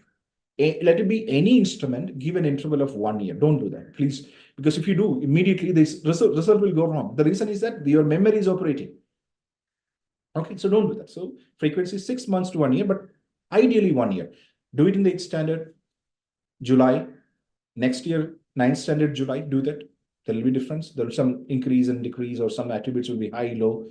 It's learning for that. That's my answer, I believe, in some sense. So the next question is regarding any learning resources. So are there any popular books available, some bestseller where the teachers can read, and anybody, any teacher or counselor who wants to get deeper or to get started. So can you suggest any resources, any famous author or any resource available online to get started on their journey towards this direction? That's a tricky question, actually. There is no one resource. There are many, many, many resources. But however, see, since the first mover in that particular field is like the Frank Parsons work, you can definitely refer. Rather than going for one single book, rather you can go for some famous good articles. That helped me a lot, frankly. Reading one long book, there are a lot of things inside, and that author will be speaking from his point of view. There will be a lot of summaries of books or refined articles are there. You read those kind of articles. Another one which I'm suggesting is the RIASEC framework. Also, you can definitely work on that. And yeah, so I don't have one single book to refer, but you can check in Google, the America's ONET framework. There are a lot of reading resources in that.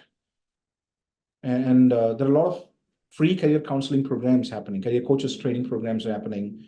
In Coursera, there are a couple of training programs in there. You need to enroll, and if you want to get certified, pay $50 and all.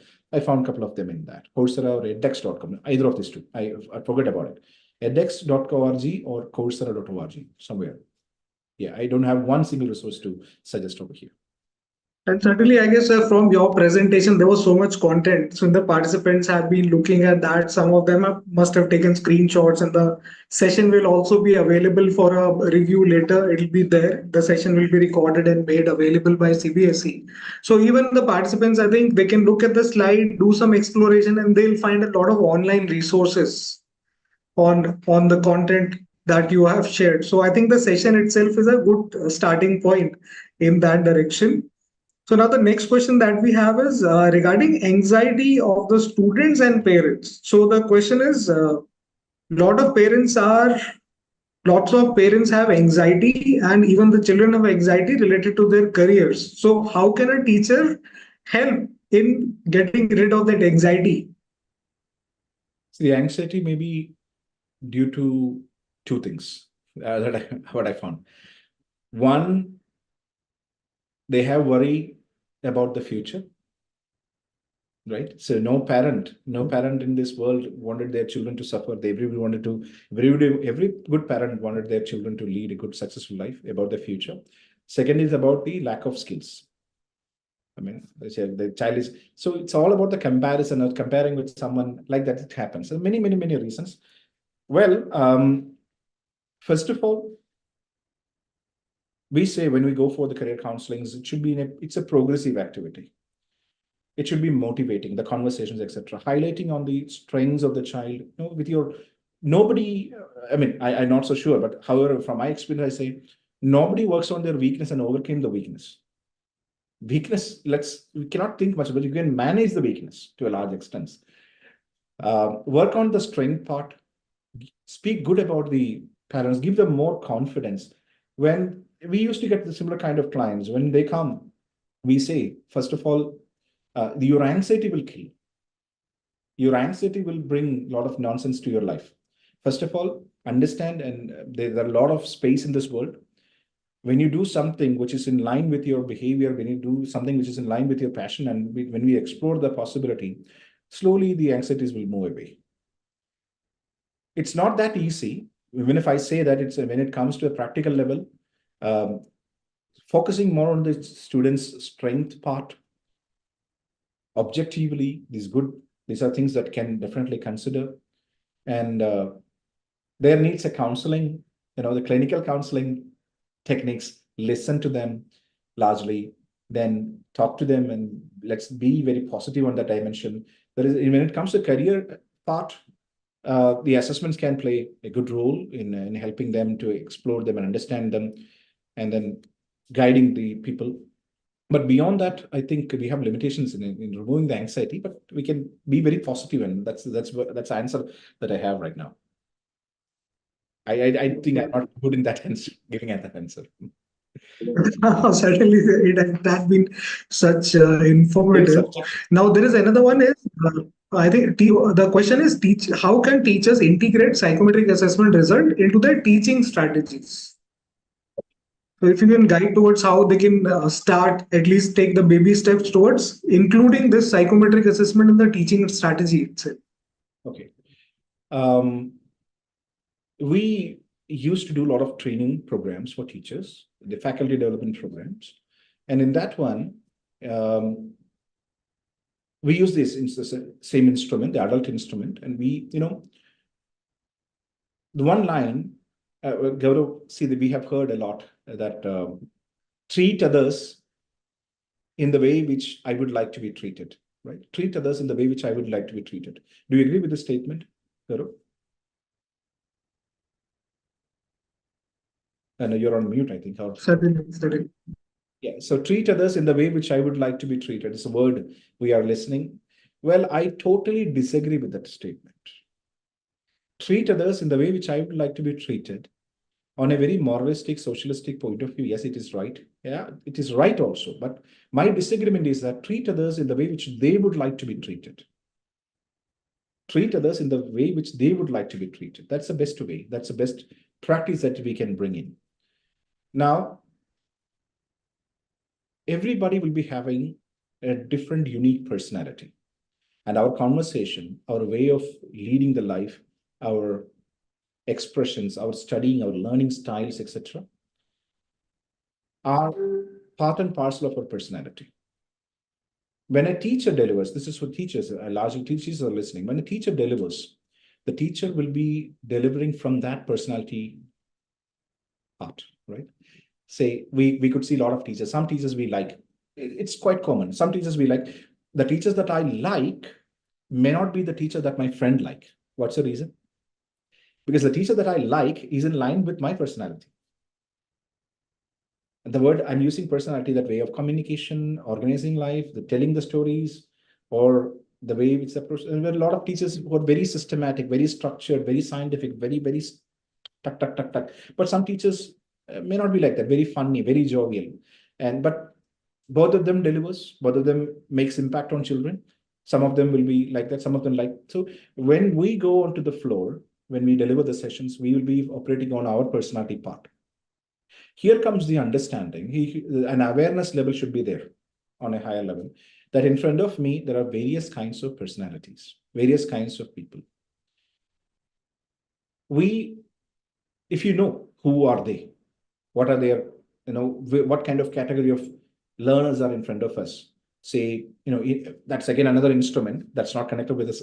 We don't use that over here, like Kolb's learning cycles and Bloom's taxonomy kind of things we'll be using, and we have instruments for that. If you know the cross section is having, there are a lot of learners who would like to hear more examples and stories, then I have to adjust my subject, but not everywhere. Mathematics cannot be brought with many stories. If possible, incorporate that kind of qualities in that and then deliver. So psychometric instrument will give you an idea. If teachers are taking that assessment, teachers will get a larger, deeper idea about the behavioral dimensions of an individual. The teacher themselves will understand. These are the strengths that I have. These are the associated weakness I have. But I have to keep in my mind regarding when it comes to the associated weakness, I should be managing those weaknesses and deliver it. The psychometric assessment is largely an indicator. Okay. Now, the better usage where you can use this particular things, when you use it as in a classroom, then the teachers will be having an idea. X number of students are having an orientation toward this kind of delivery. So I can adjust that delivery accordingly. And I can practice that thing in the classroom. That's the best way to use this instrument. First, for myself, for my core better understanding, and then second, for the delivery to make the classroom lessons better. Yeah. So there is another question. It's a little, I would say, a generic question, but an important one. The question is how to deal with the peer pressure, societal pressure, and pressure of parents regarding career planning. So I think the question is from a perspective of a student where somebody wants to know how to deal with the peer pressure, societal pressure, and the parents' pressure when it comes to career planning. Again, another tricky question, anyhow. So it's again, these things are case to case matter. But however, a larger understanding about the careers, the larger understanding of, say, same those mistakes which I explained in the beginning, like the following trend blindly, it will kill you. It is not going to help you. Following or the geography biases or the people, uncle next door's son is going for this and you should also go for this. This kind of comparison, just don't do that. It's my prayer to the parents largely. Don't compare your children and don't think that they can be a great, they will be great, but we have to give time. So many things need some time. So your child maybe slow learner or fast learner, but don't compare with other person. Your child is unique, and that uniqueness you have to explore, you have to nurture, you have to give more strength on that. And that's peer pressure. What is peer pressure? Again, peer pressure is like everybody around you are going for these kind of things, and why are you not going? I'm not going because I'm unique. So the proper understanding should be there. When I completed my 12th standard, that time the trend was male nursing, the nurses, boys going for nursing activity. A lot of people went there. I too got the pressure, but somehow I was not much interested. However, I had plans to go, but my family stood with me and said that no, that profession you may not be suitable. So that confidence they gave me that you are good for something else, you're good for management kind of jobs, or you're good for psychology or people related jobs. So this is again people related. Nursing is also, but you'll be much more happier in the other one. So you just wait, don't worry about it. So those people went, and some of them are successful, some of them couldn't do well. So peer pressure can be treated only with ignorance, and that ignorance, that family should be functioning as a single unit and understand, listen the children more on that. And then when a lot of peer pressure comes, good counseling activity should be given that. Then but the next one is, you said, the parental pressure. Their counselor's role comes in. See, the pressure comes from the anxiety. Try to remove the anxiety by giving them more understanding about the world. See, here we have opportunities, a lot of opportunity. None of the careers are going down. Every career will be changing the behavior. The world is changing, of course, but the career is changing the behavior. You cannot play. There is a great statement by Marshall Goldsmith. What takes you here won't get you there. So far, you have done up to now all the tricks that you have played right now. You need to change the trick. You need to change the game plan, and therefore the future destination. So that is happening everywhere. It happened when they were children. It happened when their parents were children. So the world is like that. So more awareness, more learning, more patience is needed, and more confidence. I must say, what should we give to the children is to give them hope and give them love. Two words. When I go for my some of the speeches, they ask me, what are the two things the parents should do or the teachers should give to the children? Two words, only just two words. Give them hope and give them love, right? So that is very, very important. These two things definitely are the greatest medicine for any kind of anxiety, any kind of peer pressure, any kind of nonsense, negative energies that is reaching you. Give them hope and give them love. Things will be all right and fantastic.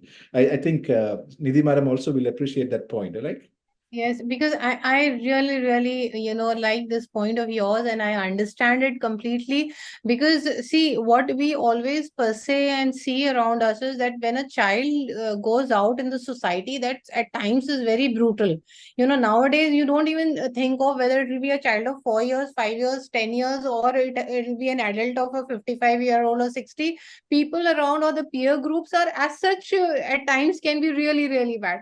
So, in such a case, if a child comes back to the family, to the parents, to the siblings, and they give him or her the love and the hope, yes, that hope you can do it. You are capable of doing it. You need not listen to what others are saying. They don't belong to your family ecosystem in such a way who can understand more than any one of us. So, this is one crucial aspect which I think would give him or her the strength to take the world and believe in himself or herself and move ahead in life. So I think hope and love coming from the family and near and dear ones is the key to everything for me at the moment, which I can understand. So carry on. Thank you so much. Thank you for chipping in. So any other question? Thank you, ma'am, for the words. And one question which has been coming up again and again had been basically it says, I am quite intrigued to know what is the Guinness Book of World Record for the one hanging on the wall. Oh, yeah. Okay.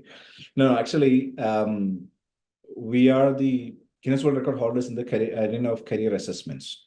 So most people taking career assessments in the world, that records is with us. So it started in 2018 on a single day, on a single moment, we gather people, but still in terms of number around the world, we have more than 2 to 3 million people taking assessments in our platform from 14 countries. So that's why. So Guinness World Record is for that. But that's one of our records that we have many other accreditations. Like we have ISOs, we have many appreciations from University of Derby, different universities, part. So that's why we one of the greatest thing is that we are trusted partners for CBSE in many affairs and many activities. We could work with them on that. The National Guidance Festival 2022, 23, and 24 is starting. Of course, with MeCAT, also Media and Entertainment Council, we are also partnering. We appreciate more that than this one. This is all for, frankly, for wow factors. Thank you, sir. Thank you for that. And if I look at the questions, they are just coming in at a very fast pace. We have hundreds of questions. Now, since we are almost done with our time, so I'll take one last question and then we can request all the participants to please post your questions in the comments. We'll take those. We'll try to answer it in the comments itself. And it has been a very positive response from the audience. They have given very good comments, very good suggestions also. And I mean, we are getting wonderful session, very informative, all sort of positive reviews. So one more question which we have here is,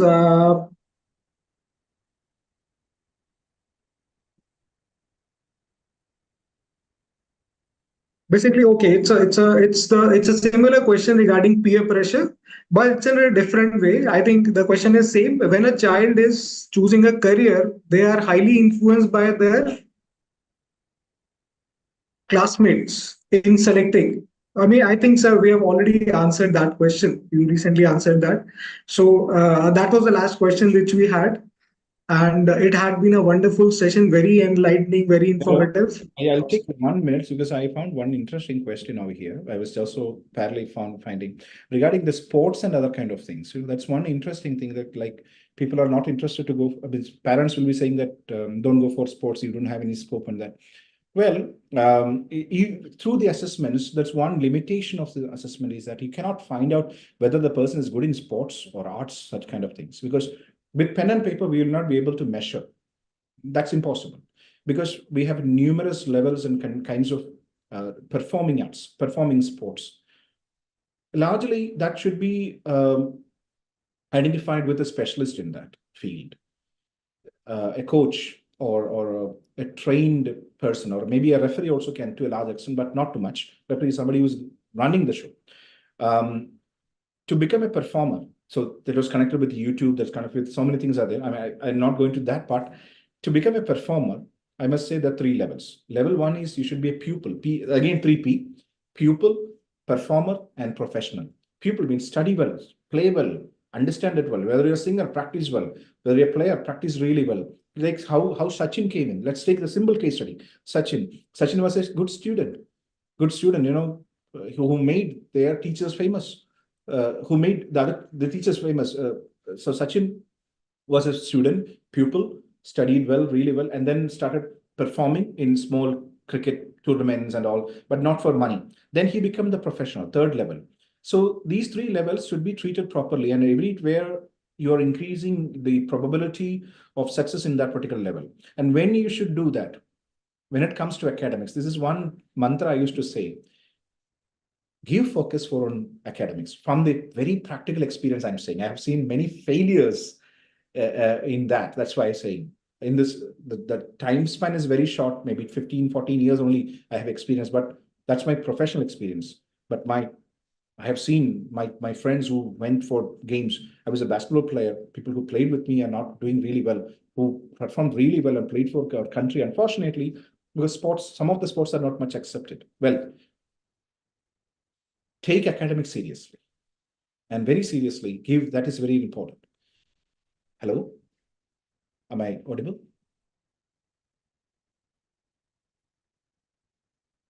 Okay. Hello?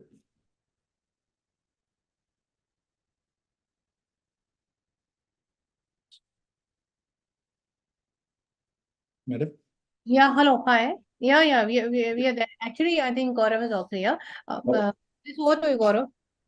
Okay, I'm just finishing this part. When you should.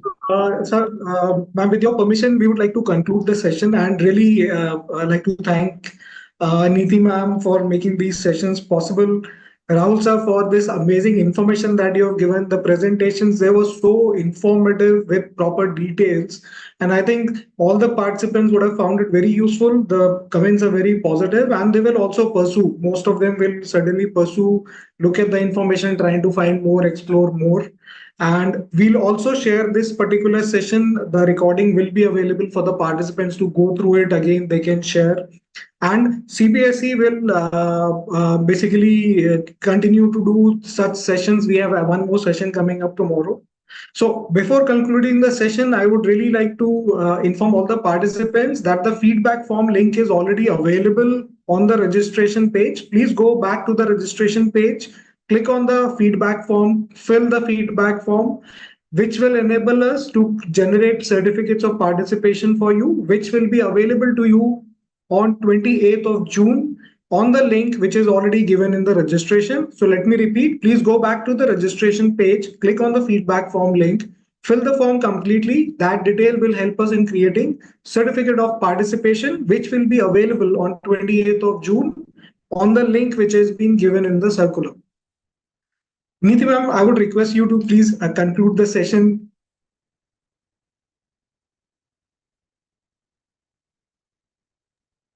Thank you so much, and thank you, Rahul, for really a very innovative session and very, I can say, interesting and informative are very small words to put it together. But the way the people are reacting and the response that we all are getting on this particular session speaks in itself.